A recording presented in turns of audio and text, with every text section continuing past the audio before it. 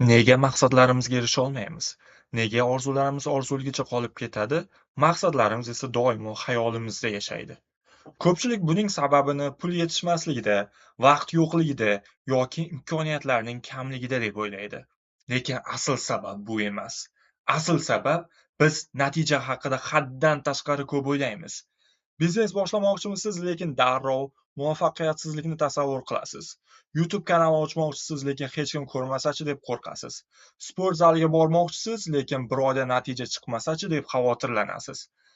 Natijada esa bitta narsa sodir bo'ladi. Siz umuman boshlamaysiz. Tasavvur qiling.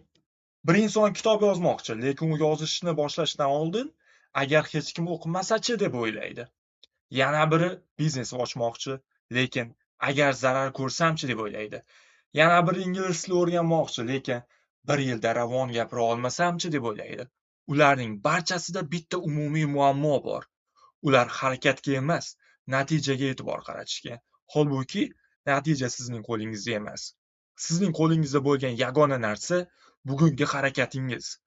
Bugun bitta sahifa yozish, bugun bitta video olish, bugun bitta yangi so'z yodlash. Katta natijalar kichik harakatlardan boshlanadi. Shuning uchun bugundan boshlab natija haqida kamroq o'ylang. O'zingizga bitta savol bering.